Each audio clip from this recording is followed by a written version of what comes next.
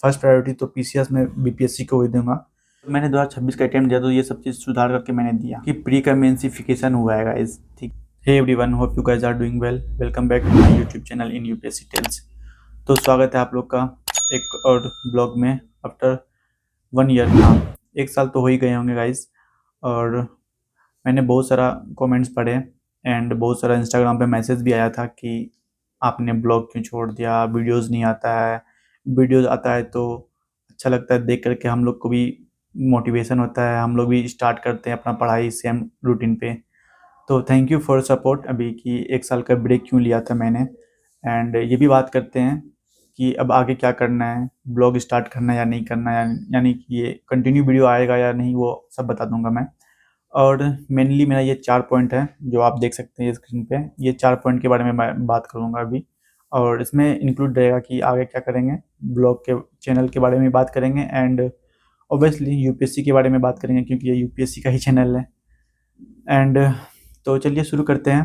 तो पहले स्टार्ट करते हैं ये 4 पॉइंट्स के बारे में। देख सकते हैं मेरे स्क्रीन पे ये 4 पॉइंट्स हैं जिसके बारे में मैं बात करूँगा। बट सबसे पहले मैं ये बता देता हूँ कि 1 साल का जो ब्रेक था मेरा वो क्यों था, उसका रीज़न बताते हैं पहले आपको।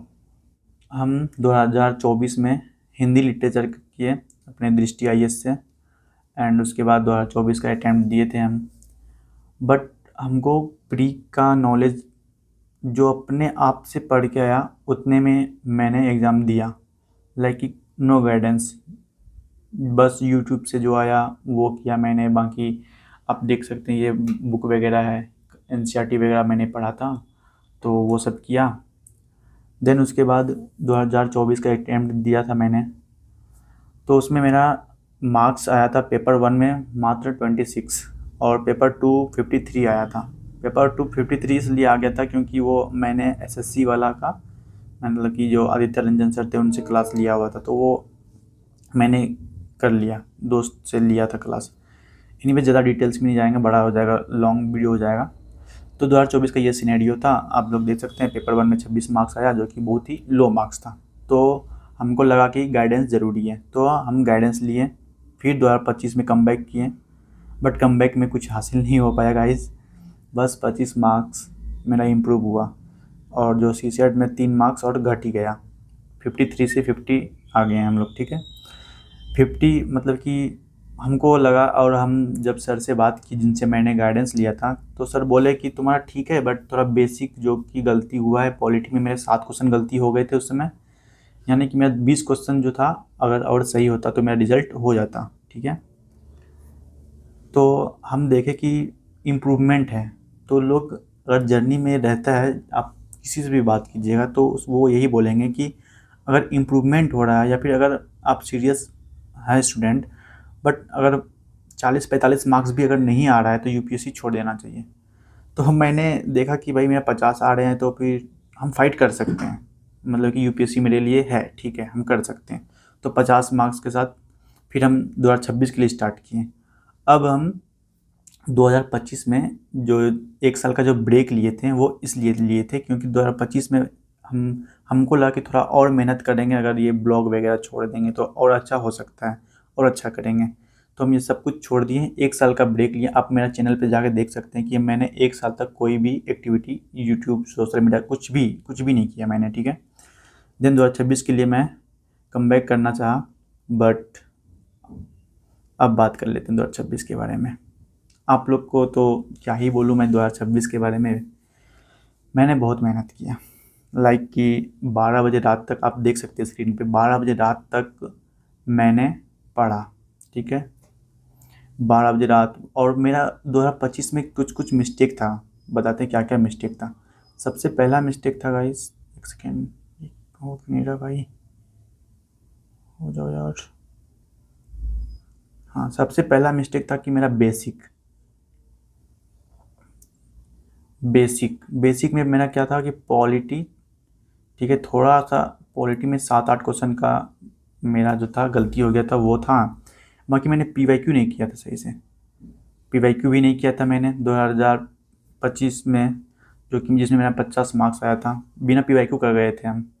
और थोड़ा बहुत पीवाईक्यू देखे थे बट, और उसमें क्या था कि हम जो ये टेस्ट था, हाँ टेस्ट सीरीज, मतलब टेस्ट हम जो लगाए थे, हमको लगता है बस 3 टेस्ट लगाए होंगे, हमको लगता है 3 टेस्ट लगाए थे, ठीक है 3 टेस्ट लगाए थे। तो ये सब मेरा कुछ गलती था, तो ये सब चीज़ को मैंने सुधारा 2026 के अटेम्प्ट में अपने, ठीक है 2026 के अटेम्प्ट में मैंने जब सुधारा सॉरी, जब मैंने 2026 का अटेम्प्ट दिया तो ये सब चीज़ सुधार करके मैंने दिया, ठीक है। बट पेपर जो बनाया यूपीएससी वालों ने, इतना अच्छा पेपर बनाया, इतना अच्छा पेपर बनाया कि मेरा जो अटेम्प्ट था, जहाँ मैं 85 to 90 अटेम्प्ट करता था अपने पीवाईक्यू में हो या फिर टेस्ट सीरीज़ में, बट इसमें क्या आया, मेरा डिक्लाइन हो गया, 70 भी नहीं पहुंच पाया मैंने। एनीवेज मैं ज़्यादा कुछ एक्सप्लेन करूंगा नहीं अपने ये 2026 के बारे में, क्योंकि 2026 ऐसा था कि लाइक मेरा सबसे स्ट्रॉन्ग था पॉलिटी, ठीक है पॉलिटी सबसे स्ट्रॉन्ग था, ठीक है सॉरी पॉलिटी स्ट्रॉन्ग था।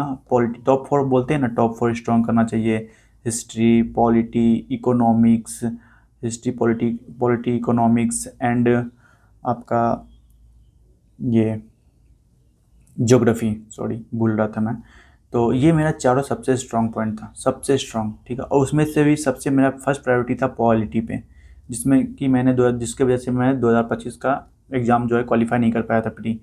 तो पॉलिटी को हम बहुत सबसे ज़्यादा वेटेज दिए थे, और इकोनॉमिक्स को, ये दोनों सबसे ज़्यादा स्ट्रॉन्ग किए थे हम। बट मेरा पॉलिटी, जब हम पॉलिटी का ढूंढने के लिए गए थे क्वेश्चन, पॉलिटी मिला ही नहीं गाइज।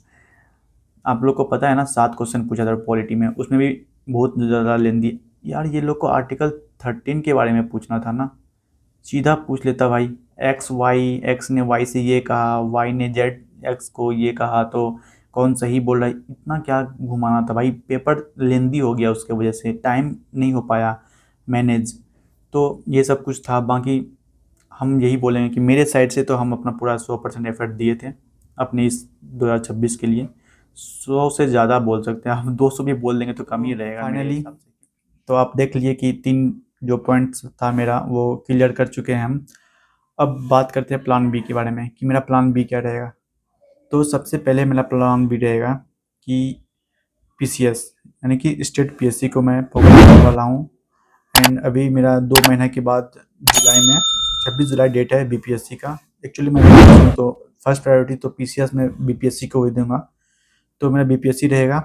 और फिर उसके बाद एक सेमिनार में गए थे, आप देखिए ये फोटो, देखिए ये फोटो, एक सेमिनार में गए थे जो कि विकास द्विवेदी सर का फोटो था सेमिनार। तो सर बोले थे कि यूपीएससी में अगर जिसका तीसरा अटेम्प्ट तक हो चुका है तो उसको प्लान बी के बारे में सोचना चाहिए। और सबसे प्लान बी में स्टेट पीएससी तो रहेंगे ही, बट टीचर को आप रख सकते हैं, टीचिंग लाइन को।